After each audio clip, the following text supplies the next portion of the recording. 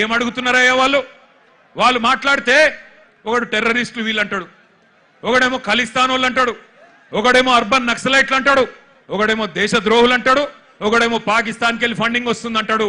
పనికి మాలిన మాటలు మాట్లాడతారు.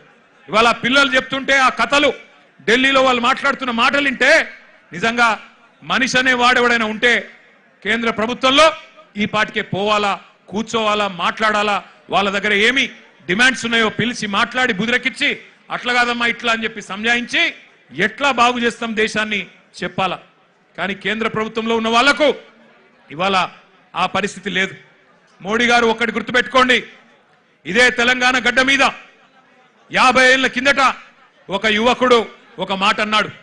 ఆనాటి తరం యువకుడు, ఆనాటి యంగ్ జనరేషన్ కి సంబంధించిన నాయకుడు ఒక మాట అన్నాడు, జీనా హై తో మర్నా సీఖో,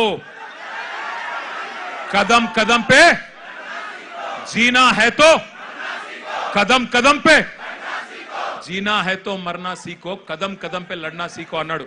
అందుకే మోడీ గారు గుర్తు చేస్తా ఉన్నా మీకు, ఈ జనరేషన్ సావుకు భయపడే జనరేషన్ కాదు. ఈ జనరేషన్ నీ ఉడత ఊపులకి, నీ ఐటీకి, ఈడీకి, సిబిఐకి భయపడే జనరేషన్ కాదు. వాళ్ళు ఇలా కోపం మీద ఉన్నారు. నేను మొన్న చెప్పినా మళ్ళా చెప్తున్నా, కోపం మీద ఉన్నారు. పొట్టు పొట్టు ఆకలి మీద ఉన్నారు. వాళ్ళు మెట్టు మెట్టు ఎక్కుతారు, నిన్ను నీ ప్రభుత్వాన్ని తొక్కుతారు. యాదికి పెట్టుకో, ఈడ్చిపెట్టరు. ఎందుకంటే ఇవాళ వాళ్ళు ఏ రాజకీయ నాయకుడు అండతో చెలరేగుతలేరు.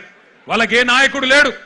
ఇవాళ వాళ్ళు ఢిల్లీలో 1000 మంది, ముంబైలో 1000 మంది, హైదరాబాద్ లో 1000 మంది, నాసిక్ లో 1000 మంది, పూనాలో 1000 మంది బయటికి వచ్చినారంటే కేవలం ఒక పరీక్షా పత్రం లీక్ అవ్వడం వల్ల కాదు. ఈ దేశంలో ఉన్న పరిస్థితి, ఈ దేశంలో మీరు చేస్తున్న మోసం వాళ్ళకు అర్థమైంది. 12 ఏళ్లుగా ఇంతకుముందు మాట్లాడిన పిల్లల మాటలు మీరు విన్నారు. 12 ఏళ్లుగా మతం పేరు మీద చిచ్చు పెట్టి ఇవాళ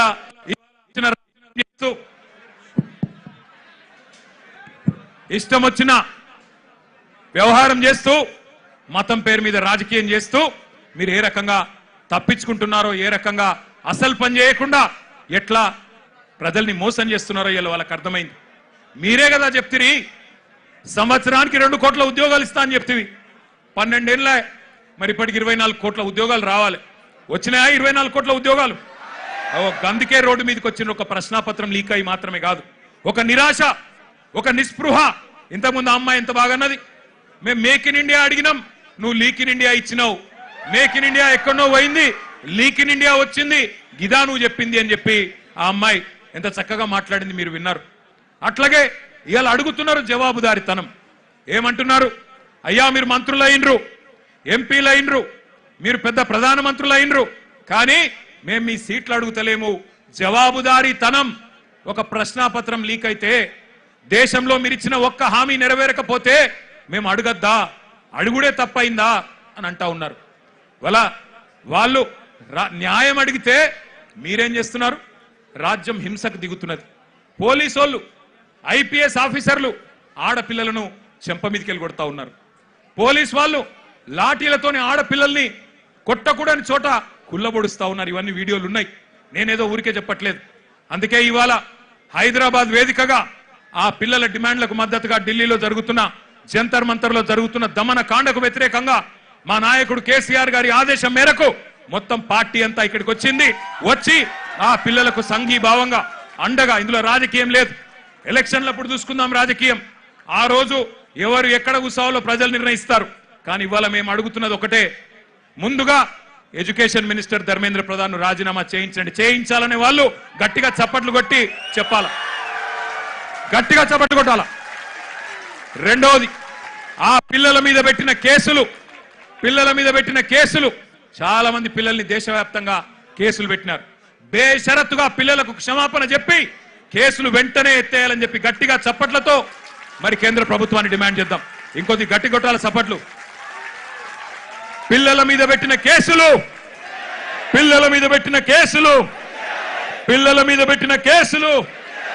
మేము ఇక్కడికి బయలుదేరి వస్తున్నాం. పిల్లలతో పాటు నిరసనలో పాల్గొనాలా.